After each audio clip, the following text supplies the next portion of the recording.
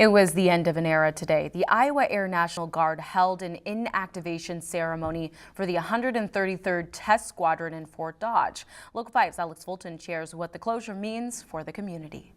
The 133rd Test Squadron was formed just 2 years after the creation of the Iowa Air National Guard.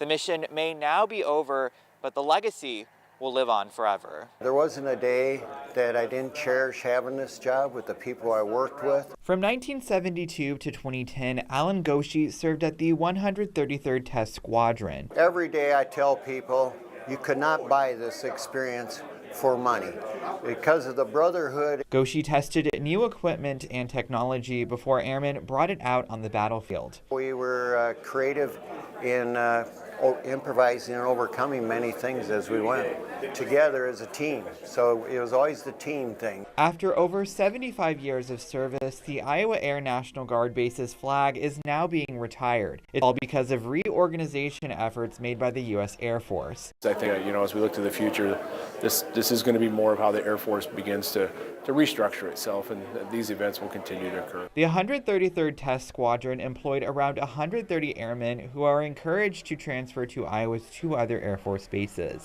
Some have found opportunities in other states to continue in this mission set, while the majority are finding their way to either the 185th in Sioux City or the 132nd in Des Moines. It was the final farewell to a place that so many called home. It's kind of like going to a funeral in a way, but we know that things change, and we're going to improvise and overcome as we go. All of the equipment housed here will be removed next month. It will then be up to the city and the Iowa National Guard to determine what to do with the property. In Fort Dodge, Alex Fulton, Local 5 News. Iowa Republican lawmakers have targeted diversity, equity, and inclusion programs so far this legislative session, with at least half a dozen bills already being filed. And on Monday, another bill looks to remove requiring college students from such classes, as our Connor O'Neill reports. In a small cramped room Monday, the Senate Education Subcommittee advanced a bill that would make the Iowa Board of Regents create a policy for the state's universities to not require its students to enroll in a diversity, equity, and inclusion or critical race theory course to complete one's degree. An exemption could be granted by the board if a student's course is primarily focused in racial, ethnic, or gender studies. Those in favor say this legislation is necessary because they believe DEI classes are used to discriminate against qualified, good people. And this is a very common sense bill. DEI suppresses and censors free speech and balanced views. While opponents said history should be taught in full. So you can't require a student to take a course that discusses social justice. Never mind that establishing justice is in the preamble to the Constitution. It's addressing a problem that doesn't need to be addressed. And ultimately what this is government censorship. It's the government telling folks what they can teach, when they can teach it, how they can teach it. If the Iowa Attorney General were to find out that a public university violated this policy, the AG could file a lawsuit against the institution to legally comply. But Senator Green, who wrote the bill, said universities wouldn't have trouble complying. I've talked to some in the institutions and stuff like that, and I don't think it would prevent the critique of DEI and stuff like that. So. With it being the first full week of the legislative session this year, all bills proposed in one chamber have to pass out of the committee level in that same chamber by the end of the week, otherwise they die in the legislature, meaning this bill discussed on Monday in the Senate has to go through the committee level by Friday in order to stay alive moving forward. Reporting from the Iowa State Capitol, Connor O'Neill, Local 5 News. Well, SNAP benefits could only be used to purchase healthy food under a House bill making its way through the legislature. Local 5's Alex Fulton is in studio to share the arguments coming from both sides. Alex. Well, Stephanie, it only took the House Health and Human Services Committee 30 minutes to get through a number of bills, including the one making changes to SNAP. Some say this piece of legislation makes Iowa healthier, while others argue it just isn't fair to take a one-size-fits-all approach. A House bill with policies appealing both Republicans and Democrats advanced out of committee Monday. It appropriates $1 million more for the Double Up Food Bucks program in the next fiscal year, while also laying out what SNAP recipients can and can't buy. The Double Up Food Bucks program allows families to use their SNAP benefits to get double the amount of fruits and vegetables. A previous version of the bill created a specific list of permitted food, including eggs, meats, fruits, and vegetables. However, an amendment added in now directs Health and Human Services to allow only healthy foods with necessary nutrition for good health. Supporters pointed out that Iowa ranks 11th in the nation for adult obesity, arguing the bill could lower rates. These obesity-related diseases often disproportionately affect lower-income individuals at a much higher rate. The leading cause of death in Iowa is heart disease. This bill incentivizes better eating habits. Opponents of the bill claim the new exceptions are unfair to children with special needs. Sometimes these kids, you feed them what they will eat. You kind of pick your battles because you have a lot of other things going on with them.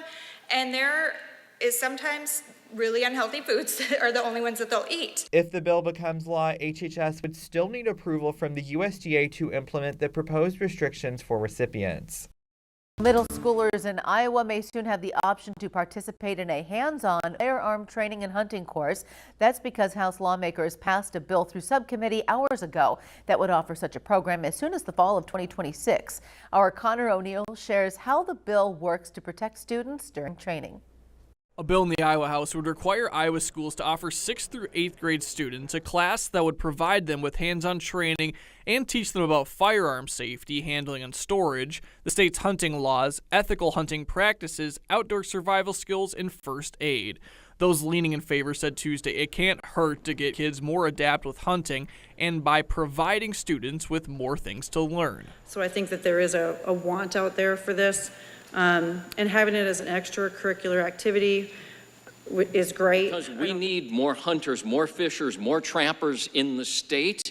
And the best way to do it is to educate them and educate them properly on how to be good outdoors people. How the program would be available during the day is still being finalized, but the bill states it would be as part of an existing physical education, health, or science class, but opponents of the bill only want the course as an extracurricular activity rather than blending into classroom instruction. Rather than asking schools to add one more thing to the school day, it's already tough as it is to get through everything else that's being required. While I agree with the process and wanting to get kids safe around guns, I don't believe that should fall on the school district. The program would be conducted under controlled conditions with a teacher or contractor who would be required to have completed firearm safety training. And students would only be allowed to participate in the class with written consent to the school's principal from a parent or guardian. Reporting from the Iowa State Capitol, Connor O'Neill, Local 5 News. If the bill is eventually signed into law upon finishing the program, students would be deemed successful in completing firearm safety training. In order to stay alive this legislation session, the bill must receive full committee approval by Friday. Orient-Macksburg Community Schools will become the first Iowa school district to dissolve in nearly 10 years. Today, a special election was held, and voters overwhelmingly opted to allow the district to dissolve. Local 5's Alex Fulton is here to explain what happens now. Well, Stephanie, first off, 203 people voted in favor of dissolution, while 18 people voted against. The district says today's election was really about letting voters determine who controls the path forward. I hate to go. It's an excellent school. Orient-Macksburg started this school year expecting it to be its last. We're very competitive in sports, especially softball. I think we won the conference softball thing 20-some years. Last year, the district school board voted to dissolve, later leaving it up to voters to decide the final outcome during Tuesday's election. By having the dissolution vote, the outcome is being put into the local residents of the Orient-Macksburg school community. Regardless, if it gets a majority of yes votes, then the district will decide where to send students and what to do with assets. A majority of no votes means the Board of Education will make those critical decisions. If the vote fails for some reason, then in my conversations with the Department of Education as well as the school attorney, it is extremely likely that the Department of Ed would come in and dissolve the district. Declining enrollment over the years left the district with no choice but to begin the dissolution process. We had 102 actual students in seats last year, and my first year here was 118. So it's gone down consistently over the last couple of years. Principal Granfield says he's most proud of how far they've come, going from a priority rating in the 2018-2019 school year to commendable last year. That's kind of the hardest part of the pill to swallow, is that we're doing so well, but it's too late. Now, under Orient Maxburg's plan, next year some students will go to Nottoway Valley while others will go to Winterset. The district will officially dissolve on July 1st. Iowa lawmakers proposed a bill that would set a statewide ordinance against camping on public property. Dozens of people showed up to speak in a Senate subcommittee meeting, with all but one in opposition, as our Connor O'Neill reports.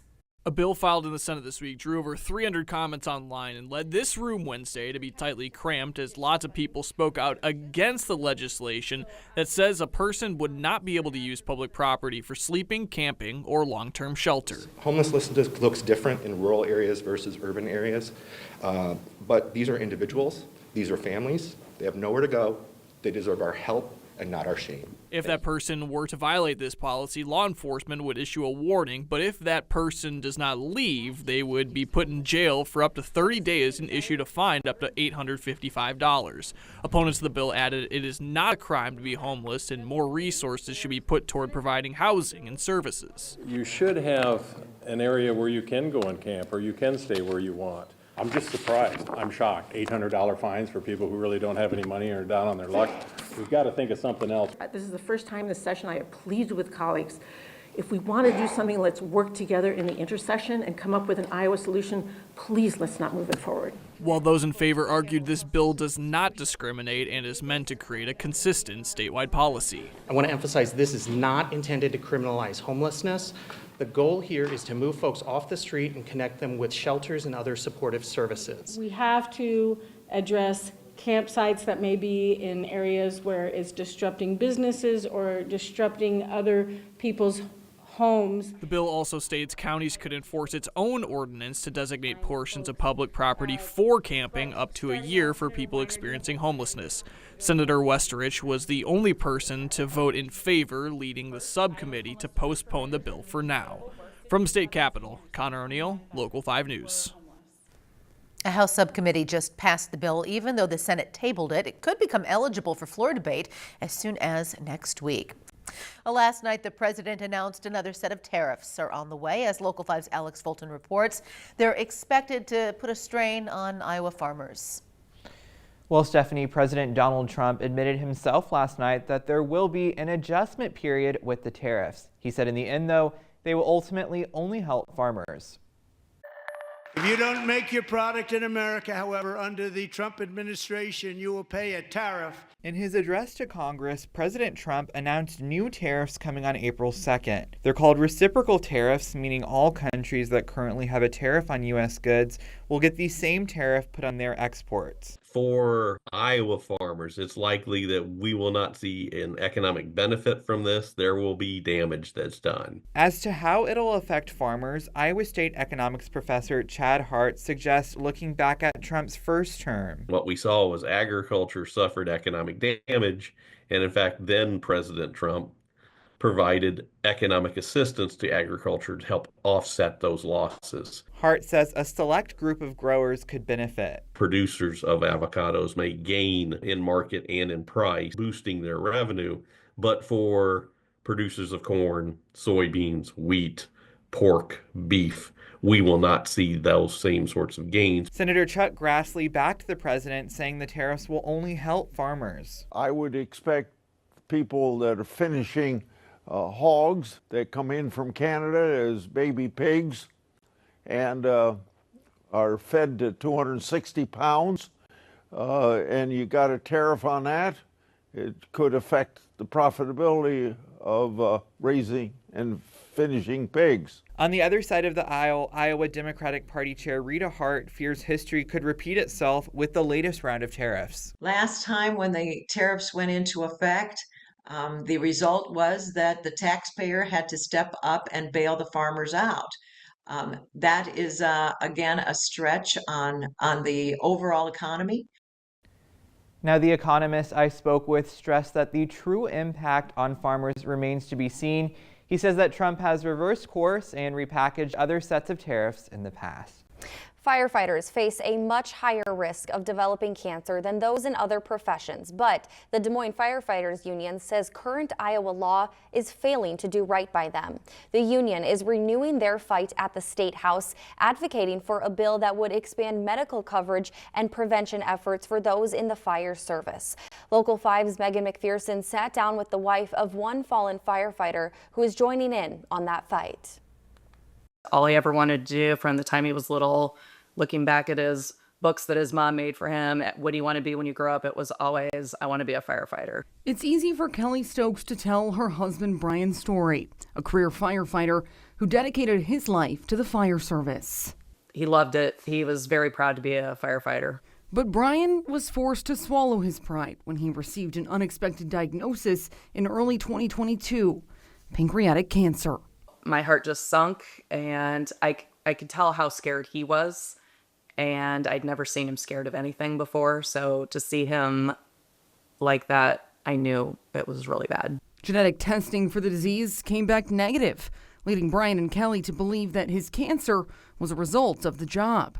But under current Iowa law, only 14 of the over 200 known cancer types are covered under disability in the state. Brian's was not one of them. 75% of the line of duty deaths of firefighters are from cancer.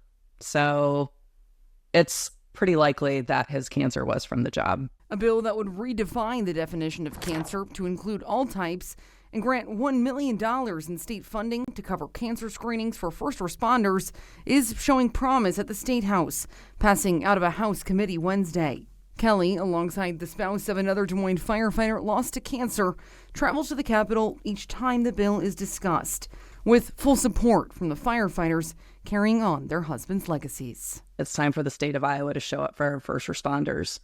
They are the true life superheroes, and we need to make sure that they are taken care of because they take care of us, they take care of our families. Any bills in the State House that have not passed through a committee by tomorrow will be considered dead moving forward. So as our Connor O'Neill tells us, lawmakers have been trying to get as many bills passed as possible during funnel week. Friday marks the end of the first funnel week for the 2025 legislative session, meaning all bills need to be eligible for floor debate to move forward. House Democrats and Republicans have both been busy all this week with dozens of subcommittee meetings a day. So we are, of course, frustrated because so many of the bills that have passed, and there have been so many, are focused on anything but lowering costs for Iowa families. And so I think at this point we're continuing on pace. We know we have a lot of work left to do to get those things done, and some of those will also be budget and tax related. House Speaker Grassley told reporters Thursday that Republicans are preparing to introduce multiple bills that will adjust property taxes, including using interest collected from the state's taxpayers' relief fund to buy down taxes.